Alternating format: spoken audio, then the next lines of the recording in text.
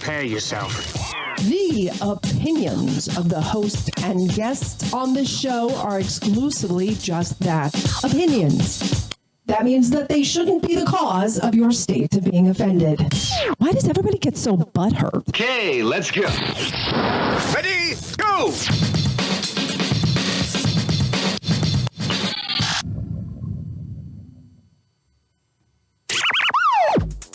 Welcome to And God Created Woman, where the arguments are necessary for the best make-up sex of your life. Unless you're single, and then we suggest you just go fuck yourself.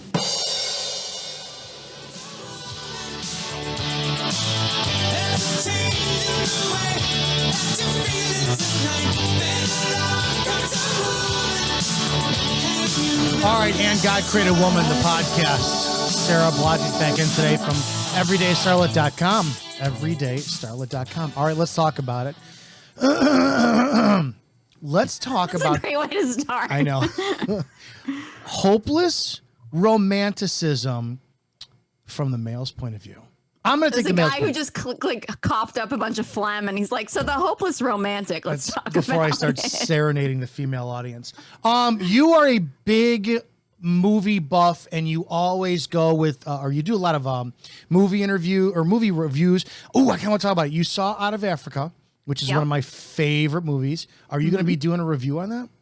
I am. Yeah, I'm going to film a breakdown of it probably sometime this week. I just watched it this weekend. So yeah, wasn't it? It was real. I remember seeing it as a kid. It was the best picture in 1985. Same composer who did the score for Somewhere in Time, John Barry, one of my favorite composers whatsoever. Oh. Yeah, I know he did it. See, it's funny because I do the film breakdowns, but I feel like you're a much bigger film aficionado than I am. Let's talk about that for a second and why. So I was a very big introverted kid, and this kind of goes with it.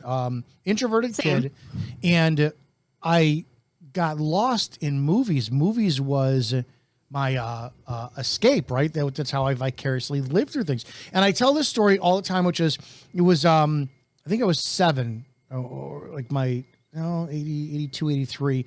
My youngest sister wasn't born yet. No, this is a lie. It was on the new house. So this was after 86 or 87. Oh, shit.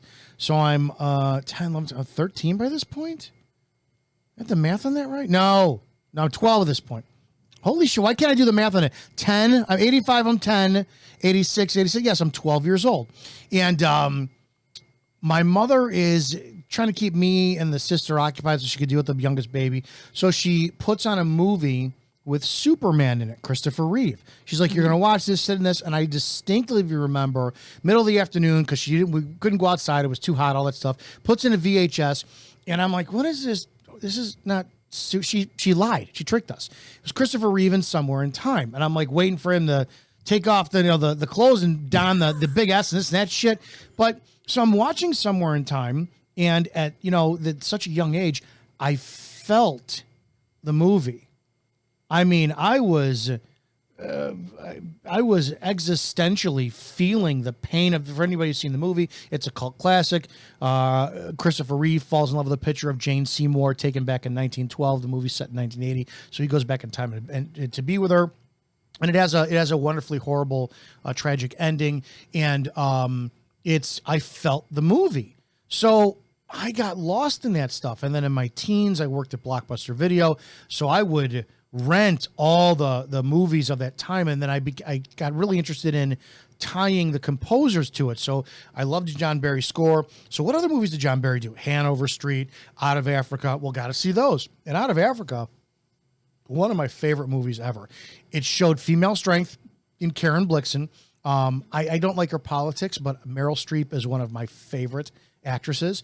She was great in Bridges of Madison County, all that. So I started thinking that's what the male-female dynamic role was like. Specifically, I loved Robert Redford in Out of Africa, where she one of the upper echelon British insults her Maasai, so she slaps him, and then Dennis grabs her hand. I wonder if you dance with me, he just takes her off. Like, men were supposed to be like that, and I kind of want to cover. Like, we'll make this a therapy session for me. where did I go wrong in life to where that is how I modeled? So am I getting like how much do therapists get? Right, paid now? 100%. I'm gonna pay you in a maximum grade. You'll be the only person I expose this to as everyone else listens, right? Okay. That's what I based what a man should be like when I started to date and had relationships as a kid. I was the over the top. Everything needs to be grandiose romance, and a man needs to be extremely expressive. Women did not take to real life how the movies portrayed it. Can you talk a little bit about the female mindset? Why do women love the movies and how they're supposed to be? The female reality. And then I kind of want to talk about men trying to balance that out because it was very destructive towards my life or to my life as a younger man. Well, I mean, I don't know. I mean, I'm a big advocate of. I mean, I'm a hopeless romantic myself. I mean, emphasis on the hopeless part, but like I think we need more romance in the world. So like, I'm not someone who wants to ever discourage people from being romantic, but I do think that there is a lack of appreciation in the world for, I mean, I don't know. I mean, I think some of it is probably like the time period. I mean, you're a few years older than I am. And I think some of it is definitely the time period that, that we kind of came of age in it just wasn't, things weren't like that. Like I know for me, and I don't even know where I got this idea. I mean, because I watched movies somewhat as a kid, but not as much. I grew up more on like the sitcom idea, which is why I got into stand-up because I kind of learned my timing from that and stuff. But I always had this idea in my head of a very like traditional idea of relationships. Like, the man is supposed to be the one who asks the woman out and then he takes her out on a date and then he pays and that whole kind of attitude. And then I remember like being in high school when like people were starting to date and stuff like that. And I remember girls being like, well, if you like that guy, just ask him out. And I'd be like, that's not how it's supposed to be. And I'd be like, that's how the world is now. Or like, I would say like, well, no, the man is supposed to ask me out. And like, I would have those ideas and they'd be like, well, that's not just how the world is. Like, that's not what the world's like today. And I'd be like, well, it should be. Like, why is it not? And there was just like this disconnect of like, I don't know if it's like everyone in the world got like the message except for like a few of us that wasn't the way the world was. Something went wrong. Yeah. Because that spiraled. Like, again, going through the years of having movies at my fingertips, I remember, again, if it was a tragedy, then I was on it. Like, I think it may have been Marissa Tomei. Was it Untamed Heart? Was that the one where she's in with the Christian Slater? And it's like he's a kind of a recluse diner cook or cleaner, and he pursues her, and she's this waitress, and they fall in love. It has a tragic ending, love your tragic endings. Oh, dude, you? it's disgusting. Christian Slater in Bed of Roses, right? So that's what Bed of Roses. That fucked me up because that's what I thought life was supposed to be like, right? You go over the top. You do everything to sit there and show a woman how much you care for her, and then you scare her off. And then 3 months later, she comes back and then just doesn't realize how valuable you were. And it never happens that way, right? So I have had several women in my youth accuse me of being too intense, too over the top, this, that. But the movies taught me that. Here's the problem. And I talked about this, I think, on something else, is it felt good. It felt so good to be expressive and explosive. And, I want to buy you 100 roses and show the world how much, which I did once. I actually was pursuing this woman who worked at TGI Fridays. I was 22, she was 21. And I ordered 100 long stem roses. Well, 101, 50 pink, 50 peach, 50 pink, and 1 red. And it was at the top. And then I had specifically asked for it to be brought through the doors at 7:00 during their dinner rush. And it was 20 years later, I talked to that woman. She's like, oh my God, I remember when you did that, blah, blah. And I'm like, yeah. And we were talking about that. And she goes, it wasn't real. She goes, what you did was not real. And she married a man who she told me, she says, every time my husband tells me, so-and-so, life is not like the movies, you need to get your head out of your ass. She goes, you come to mind all the time. And she goes, it was a movie with you, but it was not real. So as men, we want that, but women seem to see that, because I've got a ton of references for women who seem to see that as weakness or ease, or they don't get to chase us then, and they just still need that kind of dick quality. So, I mean, what are your thoughts on that kind of stuff? Well, I definitely think that, most of us are all screwed up. Let's be serious. Like, there's nobody out there who isn't screwed up in some way. So I don't actually believe that women enjoy the chase. I know that there's a whole movement out there where there's a lot of men, the quote unquote alpha male, which I hate using that term because, like, I feel like the guys who use the term alpha male have totally ruined that term completely because they've just turned it into like teaching men how to be assholes. But it's that idea of like, I need a woman to chase me. Like, because I mean, let's face it, anytime somebody chases you, it feels good for your ego, Sure, right? Sure. But at the end of the day, and I actually made a whole video about this because I think that's actually a really, really bad way to start a relationship. If you want a traditional relationship, if you don't care about that, then, do whatever you want. But I think it's bad because, and I think there's a difference between chasing and pursuing. It looks similar, but it's a different energy. One is desperate, isn't it? Chasing is desperate. Yeah. Chasing is desperate. Pursuing is confidence. Yes, exactly. Yeah, I did not know that as a younger man. No, most people don't. I mean, most people don't know the difference. The same reason, like, I think, we were talking about in Out of Africa and the idea of, wanting and needing. It's like people want to be desired. They want to be wanted. But when they're needed, it's that extra pressure, and then we've all fallen into that. 23 years old, dating a girl who says you shouldn't need anyone. Because I remember saying, because I based a lot of my dialogue on my life I lived like a movie. I thought I was a movie character, and this is how I would live, and I was over the top. And I remember telling her, going, I need you. She goes, no, you should never need another human being. And I'm like, what? But I remember hearing that too as well. So yeah, I disagree with it. I disagree with it. That's a tricky one. It's a tricky one because, yes, I don't think it's necessarily healthy to need someone, yet we're like interdependent on each other. So hence there's a need. Yeah, I don't think it's such a bad thing to say that. There is a need there. So it's like it's kind of a mix. I mean, I don't think that you ever want to be in a situation where if you're so dependent on another person that you would literally just die if they left. I mean, you want to have some sense of self. That said, you also don't want to be in a relationship with somebody who's just sort of like, I could wake up tomorrow and it'd be done and it'd be no big deal. You know what I mean? Like you got to have that balance there. I mean, and it's also too, like somebody said one time, which I thought was so refreshing, is, the idea that they try to convince women, like, you have to be so independent, you have to be your own person. It's like, but if you're say, married and you have a family together, it's like if your husband up and leaves you, well, you'd be in trouble. I mean, it's not to say that women nowadays don't have options, but you'd still be in trouble. Like it would be like, it wouldn't be easy, Is it fair to say that, financially, ability to take care of yourself, you don't need anybody, but in order to exercise the fullest expression of romantic human love, you do need a person?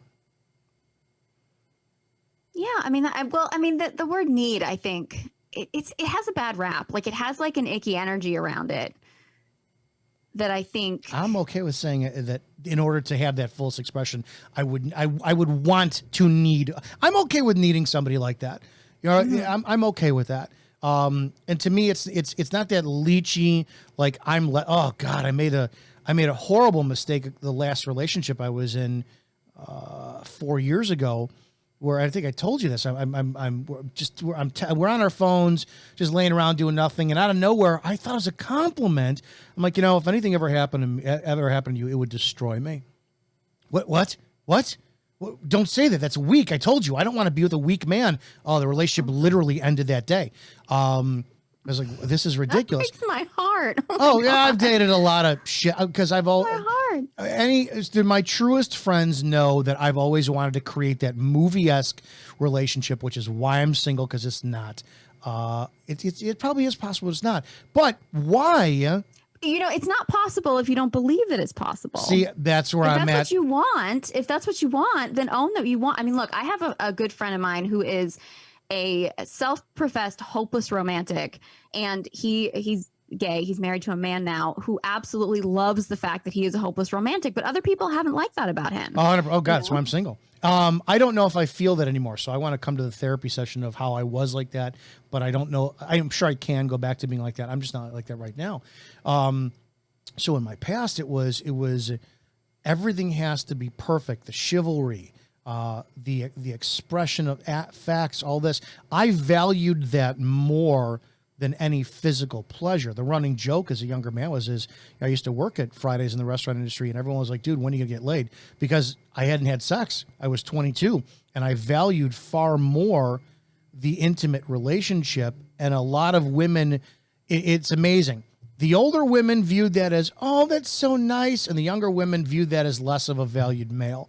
So obviously I was not getting any attention from the younger females. But why is it?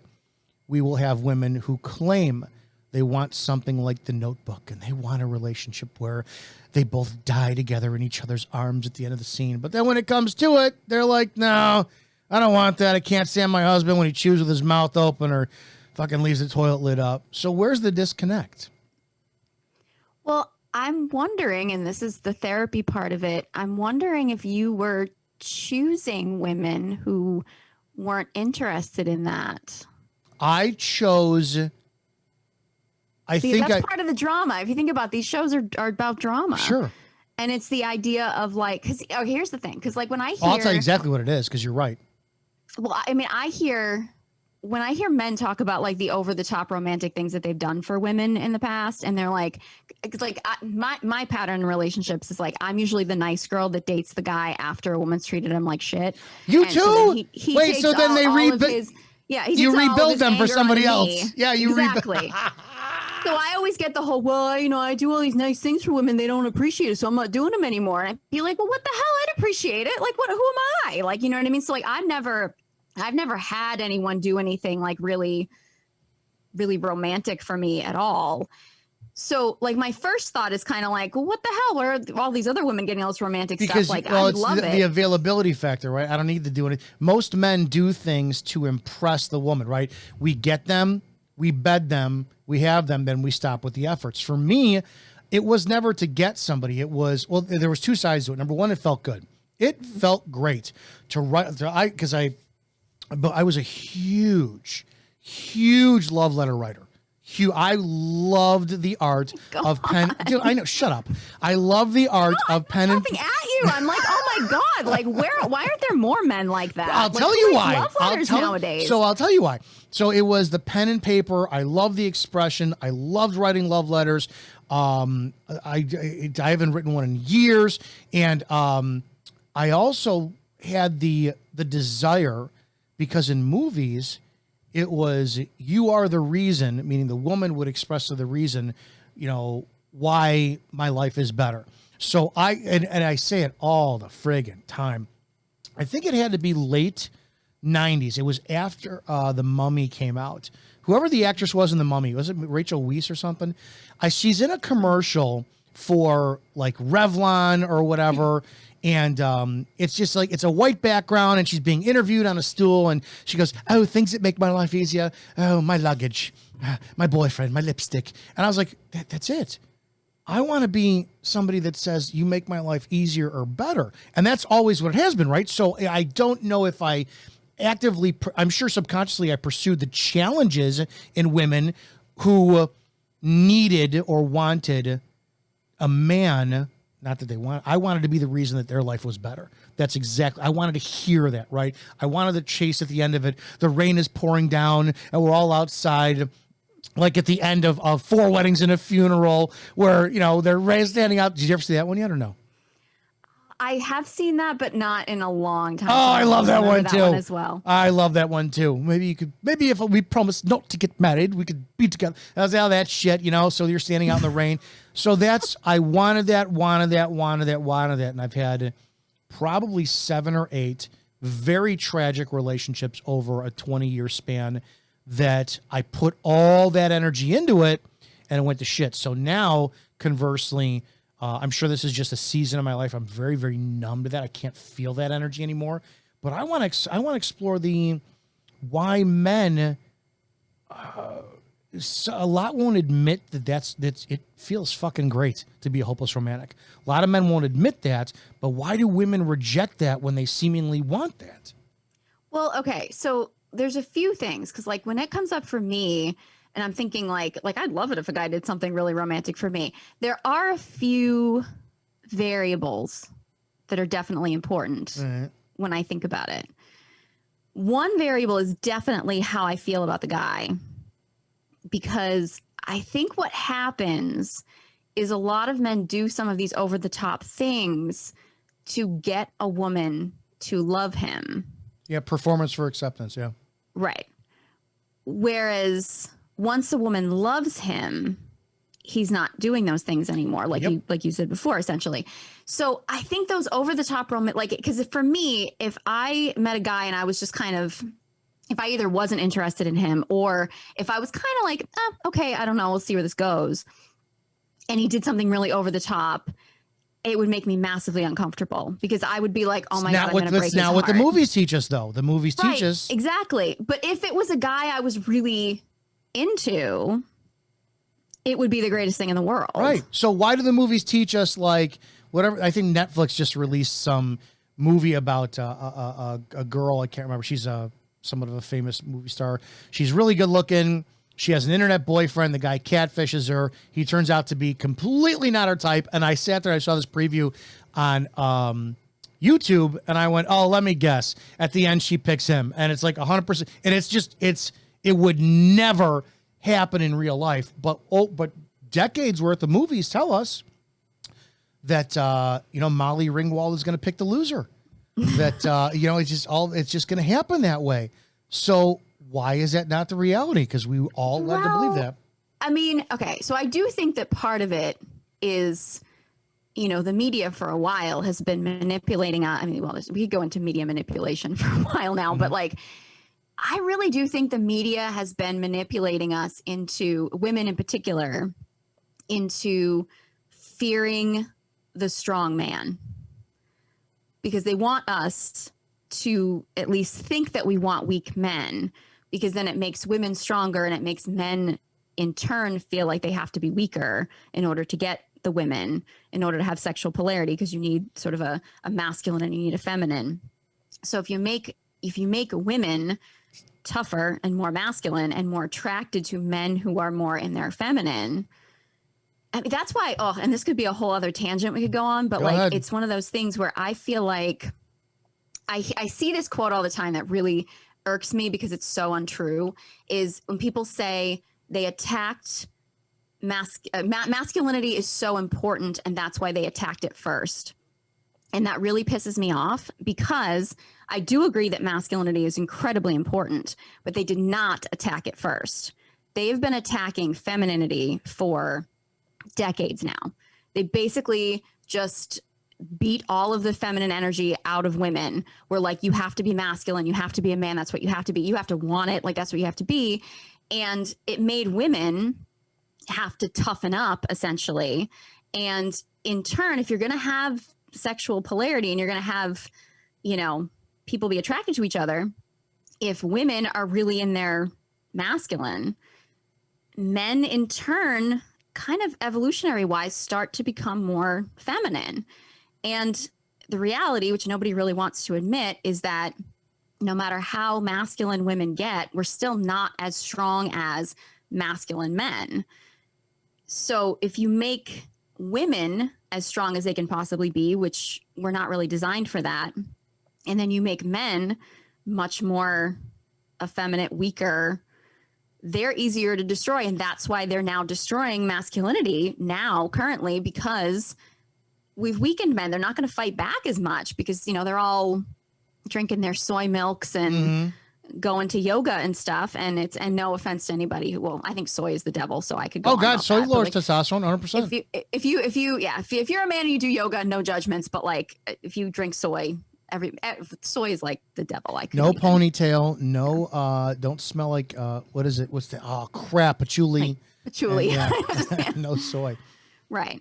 So, I mean, I think that that's part of, and I remember having a discussion one time, this is back when I was doing stand-ups, this was maybe 10, 15 years ago or so. And I don't know what movie we were talking about. I think like, like all the Judd Apatow movies were coming out where like they were trying to make, what's his name? Seth Rogen into a heartthrob.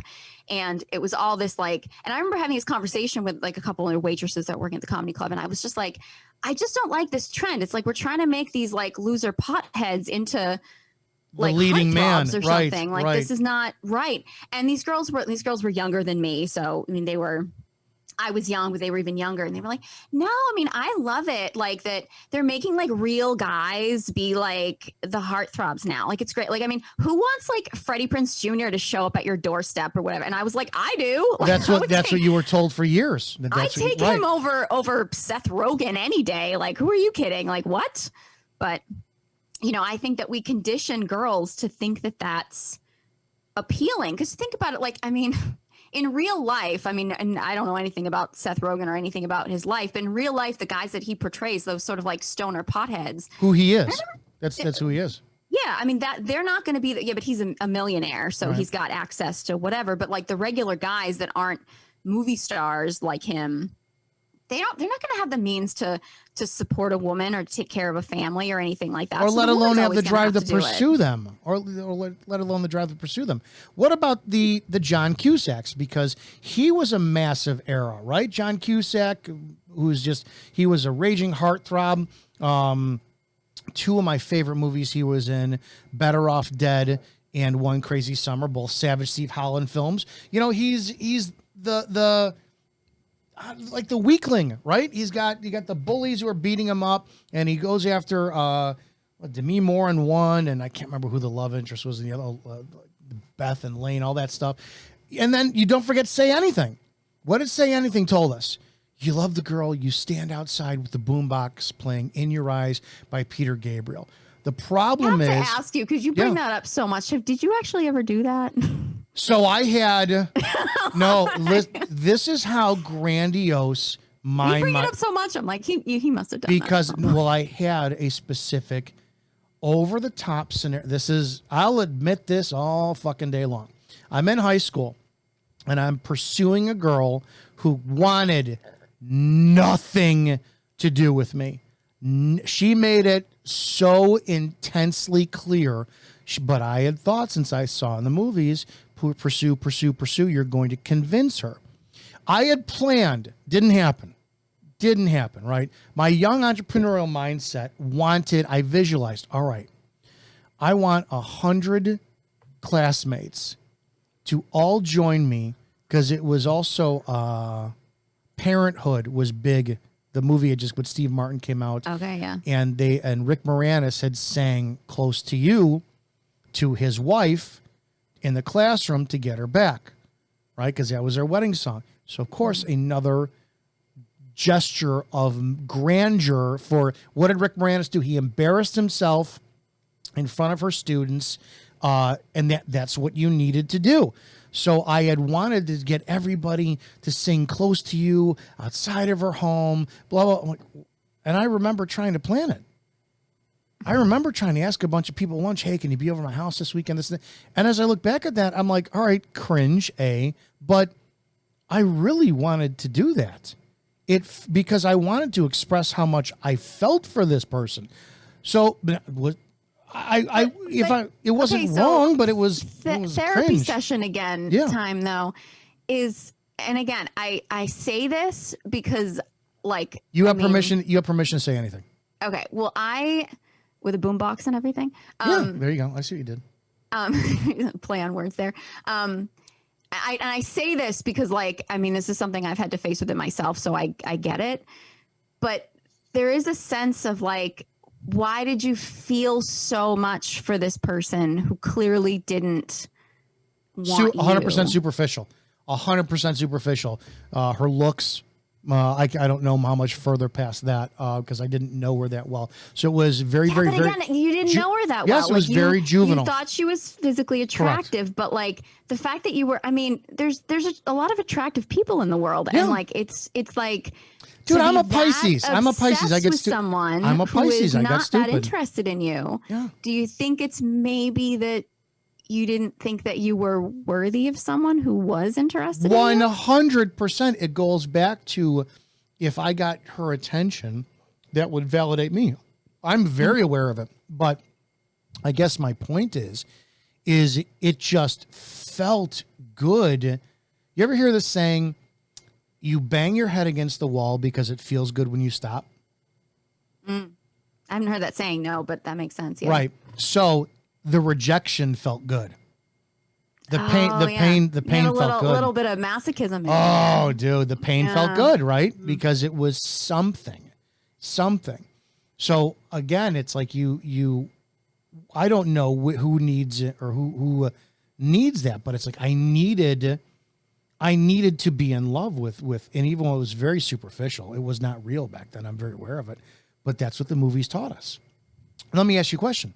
What did the movies get right? Well, I mean, I think it depends on the movie. I mean, All right. Well, you just saw Out of Africa. What did Okay. it get right? I definitely, I kind of loved the dynamic that they had.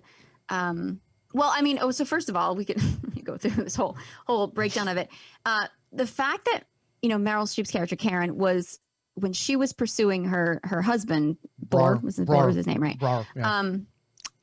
I think it's a really telling sign that, she said initially that it was going to be an arranged marriage. Right. he had the title that she wanted and she had the money that he wanted, and it was all going to be arranged. And I think she convinced herself that this was just an arrangement, but now they're living together, they're sleeping together. You can kind of tell in the movie that she's starting to feel something for him. Then he goes away and Barclay Cole comes along. But the husband's basically gone. Yep. And it's like he doesn't get that attachment. And I think that's where I think we as women sometimes we forget where we think, okay, we can go into this situation and be like, okay, we're either just friends or this is just a thing. I mean, I think it's really clear, and I've gotten into arguments with people about this, like online and stuff, where in general, for most women, and any woman that will argue with me against this needs therapy, trust me, because I've never had a woman argue with me against what I'm about to say and actually felt like she really meant it, is when women have that level of closeness and intimacy with a guy, they're going to develop feelings. It's just going to happen. Like, that's just how our bodies are designed. Yeah. And men don't have that same. I mean, men can. Well, that's why it's so overwhelming. That's why it's so overwhelming when it happens, because it's unlike sexual lust happens all the time, but but the romance does not, which is why it's so overpowering. Mm-hmm. But men don't get that. Like, if a man feels about you a certain way before you have sex with him, he's probably going to feel about the same way after you have sex with him. It's not going to change. Whereas with a woman, things are going to change. Mm-hmm. I mean, it's not necessarily that she's going to decide she wants to be with him for the rest of his life or anything, but things are going to change. Her feelings are going to change. It's going to stir up emotions. That's what's going to happen. Whereas a man can live with a woman, be in a relationship with a woman, sleep with her, whatever, and his feelings may never change. They might, but it's not a guarantee. Yeah, most men, it's like we're the geese, right? The argument was, you use the damn animals for your arguments. Why can't I use them for mine? Like Meryl Streep right there. And yeah, it's like those are the animals that mate for life. And it's like the men, we'll sleep with 100 women, but there's that one that we change everything for. And that's what the movies, at least in my experience, seem to have show, is that women want that one guy to just come out of nowhere. And it's all, if you look at it, movies and love songs, if you will, the ratio of men singing about regret in love or the one that whatever the country western songs or whatever, the ratio of men singing about their pain versus women singing about their pain is astronomically different. Well, nowadays, I think in the past it's been different. Well, back then, what you'd have, You have like your Billie Holidays and things like that. I'm talking like way back in the day. But like nowadays, yeah, it's like women are doing like the girl power anthems and like, I don't need the man and I'm gonna, destroy his car or whatever, that kind of thing or whatever. And in the movies, it's always it's the opposite of where the men who wake up to realize they screwed up versus it's the women who wake up. Oh my God, I let the good one get away. That movies taught me the failed theory. He chases her till she catches him.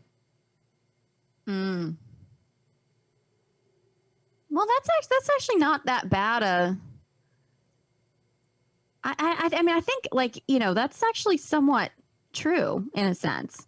I'm not saying that we haven't gotten away from that as a society, but I think primally there is a sense where, the man pursues the woman and, wants to conquer her. I mean, it's partly the hunt. I mean, it's part of the hunt. And then when he does catch her, if she does turn out to be the one, then, she's kind of caught him. He chases her till she catches him. Is a man will chase, and the second he gives up, then she's the one pursuing him and she catches him. Well, I don't think that's healthy. No, but that's just because it doesn't exist. But movies teach us that. It's like the second the guy's turning away with hang on, I'll do this justice. I'll set the scene exactly the way it's supposed to be. This is the behind the scenes production value here over at And God Created Woman. Excuse me while I'm getting technical. We'll do this. Yeah. It's supposed to be this. It's where I've done everything I could do, and I gave her all the roses possible. So I'm gonna turn around and walk away in the rain right now. And just pop my collar up and walk with my head down, and then as I've got like 100 yards away, it's. No, my love, don't leave! My love, come back! I didn't mean to throw you away! I did not know that I had! That's what the movies have taught us, where she's like, can we make it work? Can we make it work? I love you so much. No, I don't know if I can trust you again, but I love you. I love you. That's the shit they teach us in the movies. That's the he chases her till she catches him. Well, there's also the idea that they never actually show the actual happily ever after. Well, I've talked to you about that before, too. Someone told me many years ago that the difference between European cinema and maybe I don't know if this is true or not. Mm-hmm. In American cinema, the movie ends when the couple gets married. In European cinema, the movie begins when the couples get married. Okay. I don't know as much European cinema, but yeah, I could see that. Well, I don't know. What do the movies get right? Okay. So here's an analogy I was thinking about though. Like I thought about this like when you first mentioned this topic idea, right? It's kind of, I don't even know how you're gonna like this analogy. But I feel like it's similar to porn. Yeah. In a sense that, I mean, a lot of people do argue that a lot of these like sappy romance movies are actually kind of like porn for women. But if you think about it, stop that for a second, because we know that porn is for sexual gratification. What do women then get out of the romance movies? It's the emotional gratification. It's the emotional roller coaster for women. And for men, it's the sexual roller coaster, really. I mean, so it's similar. But if you think about most porn, I mean, your average sort of porn film, right? And it's in reality, it doesn't really show what a man actually has to do to get most women off. It's very superficial, right. And it's just kind of like it's almost like the man shows up or he enters her, and then she's all of a sudden like convulsing in this massive, like, oh my God, it feels so good. And like, I think, a lot of men are like, just assume that that's what's supposed to happen. It's like, I just show up and like, she's going to start coming and it's going to be all amazing. Cause that's what you see in porn. No, you're right. You're right. So, but it's also, it's sex, but it takes the intimacy out of it completely. Because I mean, you're not watching porn movies and be like, oh, we're so in love. Oh, right. It's so great. You're so whatever. It's not the intimacy. It's like literally just the dirty. And I'm not saying that like in an intimate relationship, you can have dirty sex, but like it takes the intimacy. You don't have that in porn.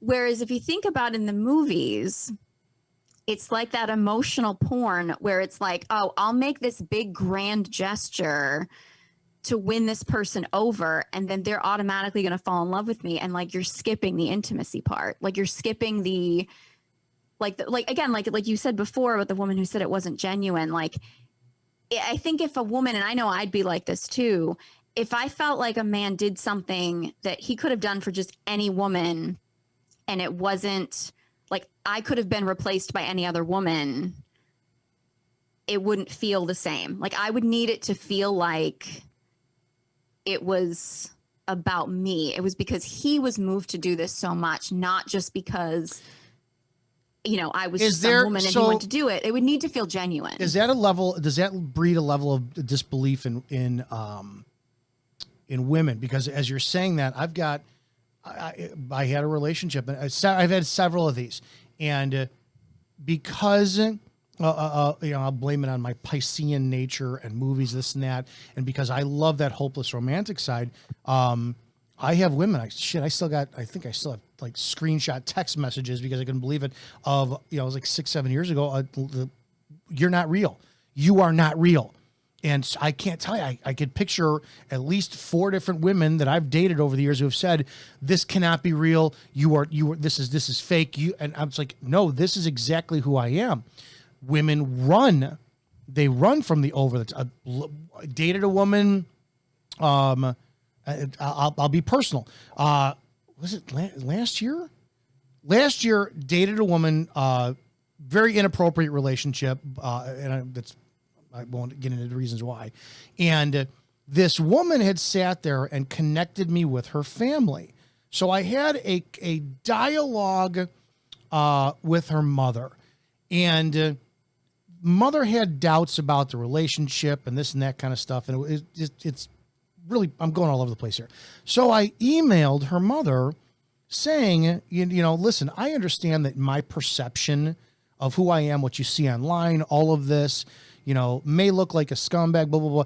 These are my intentions with your daughter. And I remember writing those words and feeling, oh, that instantly transported me back. Now I'm 46 at the time. I'm a grown man. I do what I want. But all of a sudden, it was courting. It was courting, and I loved it. And then just shit took over. This is how much your daughter means to me. This is it, blah, blah, blah, blah, blah. That was it. That was a death sentence. Fucking death sentence. 2 days later, I can't believe you emailed my mother. Why would you say that? Blah, blah, blah, blah. You crossed some boundaries. Are you kidding me? You're kidding me. I basically tell your mother all the things you mean to me, and this is I can't do this. I need some time. I never heard from that person again.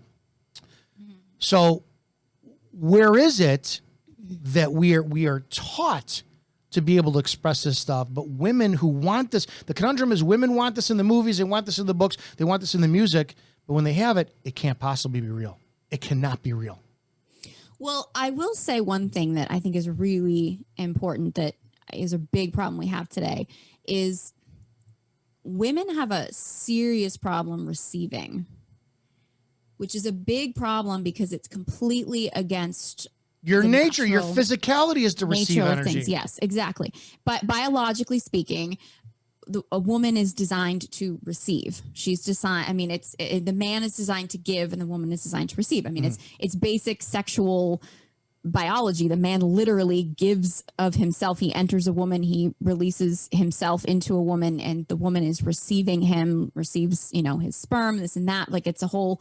The man is the provider. The woman is the receiver. She's the nurturer. I mean, it's in our biology, but most women are completely unable to receive nowadays. And I mean, there's a lot of reasons for it. I think one of the biggest reasons for it is, the whole feminism, women's lib movement. I think this whole idea that women now believe that they have to quote unquote earn everything. So like if they get something, they feel like they have to earn it. Triggering shit. Go ahead. This is it's this feeling like they have to quote unquote earn it, but earn it in a because I do believe, and I know a lot of people will argue with me about this, but I do believe that every relationship, and I don't just mean like romantic, but any interaction, there's a transactional thing that goes on. And I don't mean that in like just a transactional, like, I give, you take, blah, blah, blah, that kind of thing. But there's like an exchange of something. Like you wouldn't be in a relationship with someone if you didn't have an exchange of, like, I mean, like you and I wouldn't be talking on this podcast if we didn't actually like be exchanging energies and this and that, and having value. a conversation. You have to exchange value too. Exactly. So it's not like it's, I don't mean transactional in a bad way, but there's a transactional thing there. But I feel like because we've created this society, a lot of people would argue the patriarchy, but I'm not going to blame it on that. But there's this idea in our society that everything like that masculine achievements and earning money or earning things like that are the only thing that is of value. And I actually believe that's one of the main reasons why so many women are hesitating being like, say, stay-at-home wives and mothers and are rejecting that whole thing, is because they don't feel like if they're not earning a paycheck that they're worthy. It's that sense of worth of like, well, if I'm not earning something in the traditional masculine sense, I don't deserve it. And I do think that, again, there's the feminism, and there's the women's lib movement, everything like that. And a lot of, there's women out there who've brought it on themselves. That said, I also do think we have a society of men who, I mean, we throw around the gold digger line really cavalier now with this idea of, and there are gold diggers out there. I'm not going to deny that there are women out there who are just out to use men for whatever they can get. I'm not denying that. That said, I do think that, women out there who are just like, hey, I'd like a man who can be a breadwinner and who can be a provider. I'd like a man to pay on a date or something. And it's like gold digger. We just try to use men. And it's like, whoa. Okay. No, those are standards. I've never had a problem with those because men and women have two different standards of sexual attraction. Men are attracted to looks. Women are attracted to, there's a status and whatnot. I mean, it's very simple. A man's ability to be masculine it sexually attracts them. You're right about the that same woman, one of the same women who was like, you can't be real. Also, we had a hiccup once where we didn't speak for a couple of months, and then, I'm so stupid. Whenever a woman did come back, I would go 100%. We can make this work, this and that, and that would always lead to an immediate destruction of the relationship, because all those women, and a few have said this to me, make me work for this. Let me do some chasing. Let me do this. A lot of women a lot of women lost attraction to me when I took them back without any effort on their part. So that was a big, and of course they're toxic, but so was I. I seriously, I want to sit down with some of these women and be like, girl, what is your problem? No. Well, I mean, I'm the opposite of that. Like if a guy wanted me to chase him, like I would, I would just be, he would never hear from me again. Oh, I didn't want to. I'd just be like, okay, you can keep running, but I'm right here. That was never my thing. My thing was all right, you came back, you apologized, this and that. Excellent. Let's work at this. And a few have said, no, I need to feel like I'm working for this, so please let me put in more effort. I'm like, okay, but then I'm not the guy who, when you call, I'm going to ignore your call and call you back for 3 hours later to make you wonder what I'm doing. Dude, we live on our phones. If somebody texts me, I'm answering right away. And a lot of women have a problem with that lack of chase because, again, scarcity mindset breeds value. But in the movies, there's so many things. Like, I don't know if you ever watch like dating coaches online. A lot of dating coaches will talk about it's the exact opposite of the movies teach us. 100% obvious. If you're available, women see less value. This and that. Always, as man should be a little bit more aloof, more cavalier. But the movies do not teach us that. And that's my ultimate thing, is like, where do the movies think that the bullshit for the opposite of what men should be is what men should be? Because I'm gonna tell you, I don't like the games. I fucking loathe the games. I love if I feel this way, I'm calling you. If I want to talk to you, I'm calling you. If I want to send 100 roses, I'm calling you. If I want to do this, I'm calling. But that's not how it applies in the reality of men and women, their psychology.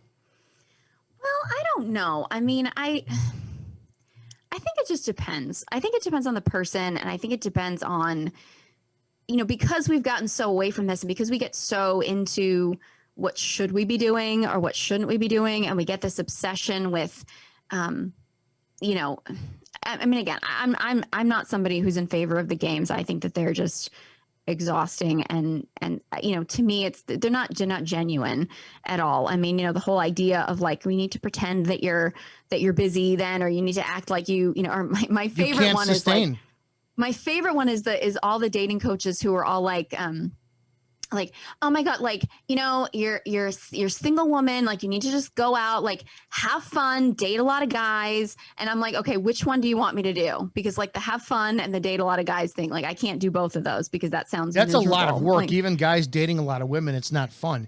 It's a lot of work. I don't like that many people. Like, it's not that, like, it's just like, I can't make small talk with a different guy every night. Like, that's just annoying. Like, I would not. That sounds miserable. So like, there's that whole kind of idea of like, oh, you, I will admit in my life when I'm single, I tend to not date at all. I just kind of do my own thing. But the minute that I get into a relationship, guys come out of the woodwork. Yeah, that's the universe is so fucking weird like that. It's sort of like, and right, just one guy, I started dating my last serious relationship, and I introduced him to like a comic who I'd worked with for like 6 years at that point.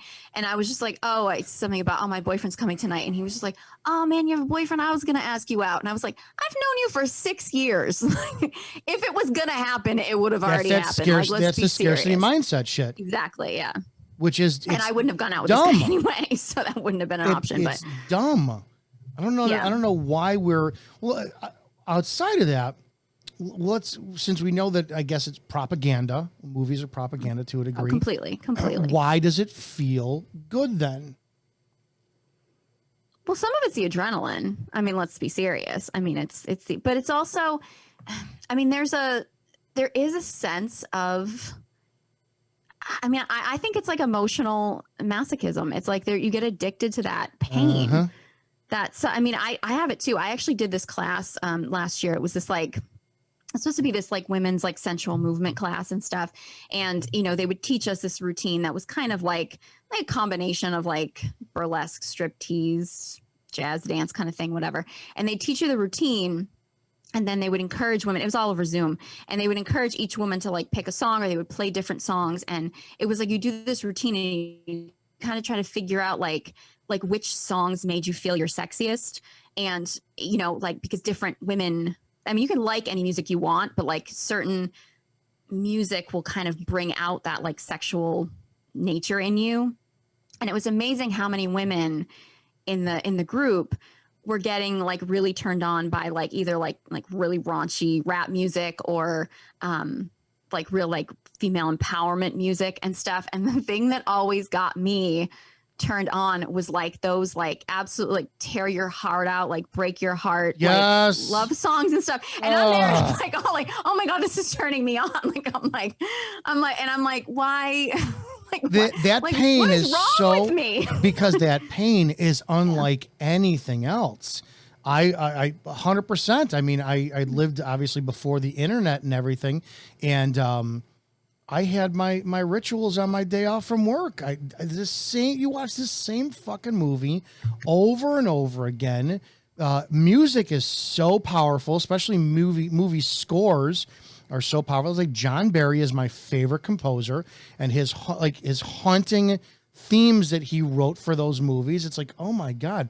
I tell you, you're going to hate Remains of the Day when you watch that. You're gonna hate it. Yeah. And that's my third favorite movie. It's you just watch it, you're like, are you fucking kidding me? You're kidding me, right? So stupid, but it felt so good. Mm-hmm. It's this. There has to be. It's a contrasting difference between what we see, feel, want in the movies versus what we really experience in real life. And I wonder why it's so difficult to maintain, maybe adrenaline's it, but that drug addiction, hopeless romance feeling we feel watching a Nicholas Sparks film, which, yes, I watch. And I like his movies. I've never seen a Nicholas. Oh my God, they're good, man. I don't know why. Friggin', they're good movies. I haven't seen the one with Channing Tatum though. Okay. Yeah, he wrote The Notebook. I've never seen The Notebook. Oh God. Yeah, it's not bad. I have to soon because I have a lot of people requesting I do a breakdown of The Notebook, so I'm gonna have to do it soon. It is. I think, you know what, honestly, like sometimes when people like their movies are so popular and everyone's like, you have to see them. Sometimes I don't see them. Just Nicholas Sparks is a genius. You know what I mean? Nicholas Sparks has the exact same formula in every one of his movies, and they're all hits. Guy finds girl. Guy falls in love with girl. Another love interest pops in. Guy and girl are separated. Guy and girl come at the end. Tragedy ensues. He's a fucking he is the king of copy and paste, $1 million movie status. Okay. Did you ever see Time Traveler's Wife? No. Oh, you'd love that one too. Okay. Oh, that's a good one. I swear to God, I'm straight. I'm so fucking straight, but it's like I believe you. I believe you. I love these movies. Oh my God. It's my guilty pleasure. But there's a difference between the reality and the what we see on the silver screen. So we got a couple minutes left. What's the takeaway? What's the takeaway for how we fall in love with the movies versus how we apply it in real life? Well, I think that like like I said in the beginning, I don't ever want to discourage people from romance because I think in our society right now where everything is so cold and divided and everybody is so cynical, and so I think we need more romance. Like I'm all for traditional romance, but I also think too, and it is an interesting thing. I don't know if you've ever read this book because it's a classic. Men Are From Mars, Women Are From Venus. No, I know it though, but I never read it. I read that when I was like a kid. I wasn't even dating at that point. I was just like fascinated 80s, with this stuff. And there's a note in it that mentions how men and women view, like, I don't love the terminology that he used, but it was a good idea behind it, is that like women and men calculate quote unquote points in a relationship differently. So like a man will do something like some big grand gesture and he'll think like, oh, I've earned like 20 points with my wife or whatever, like it's virtual points or whatever, like this credit for doing this. Whereas to women, every single gesture is 1 point. Sure. So it's like a man could do something amazing and she could love it and totally appreciate it, but it's 1 point. Whereas if a man actually does like a lot of little things for her, that's like 20 points. You know what I mean? Because it's like that. So it's almost like, God, that explains a lot of like why guys will compete. Wait a minute, I did more for you. Yeah, but it's the same, same point. yeah. Wow. So it's like, and I don't think that the grand gestures, although again, I think the grand gestures, they have to be genuine. Like they have to be, they have to feel personal to the, I've never really had that any like romantic things happen, but like one of the most romantic things that like my ex in my last serious relationship did for me was, I saw a book in a bookstore and I was like, oh, I want to read that. And then he bought it for me for my birthday. Now, the part of that was because he only bought me cheap gifts on my birthday because I have a December birthday. So he would only buy me cheap gifts for my birthday. So he didn't have to spend too much money in the month of December. And then he would buy me more expensive gifts for Christmas because that's where everybody was going to be like seeing me open the gift. So he wanted like credit for it. He was an ass, but whatever. You would hate me. I am the ultimate gift giver. I pay attention all the time for shit. And then I'm always listening. Always listening. But that's good though. Yeah. I mean, because that was the thing. It was like, it was this book. It wasn't even that big a deal of book, but it was just like, oh my God, he remembered that like I said I wanted to read it. And that was, but then he bought me like the one time he ever bought me jewelry in our entire relationship, like other than my engagement ring, wedding band, whatever. But like he bought me a bracelet. I think it was that same year for Christmas because he wanted to be this over the top thing, but I hated it. It was literally everything that I had ever told him that I didn't like in jewelry. And I was honestly, I was even going to like, I was trying to smile and just sort of like appreciate it. Cause I was like, all right, whatever. He made the effort. It's fine. But then he just kept bragging to everybody about how he knew me so well. Like he knew this was like he was trying to like make it seem like it was this big thing. And like, I was like seething, like you never, like everything about this is something I've told you at some point I didn't like.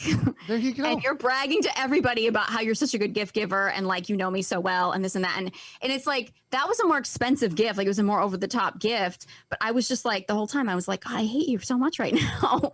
But it was just some like throwaway gift that wasn't a big deal, but it was personal. And that was the one that I was like, wow, that was romantic. Okay. Well, you still did nice anyways. Oh my gosh, we can keep talking about this. Everydaystarlet.com. You're going to be doing some more movie reviews. I can't wait to see your Out of Africa one. I guess just enjoy the movies. That's what we surmised about this. Oh. Enjoy them, but don't get too caught up in them. Don't try to copy them. I'll exactly. try to take my own advice on that. All right, guys, this was And God Created a Woman, and we will see you on the next episode. Have a great damn day.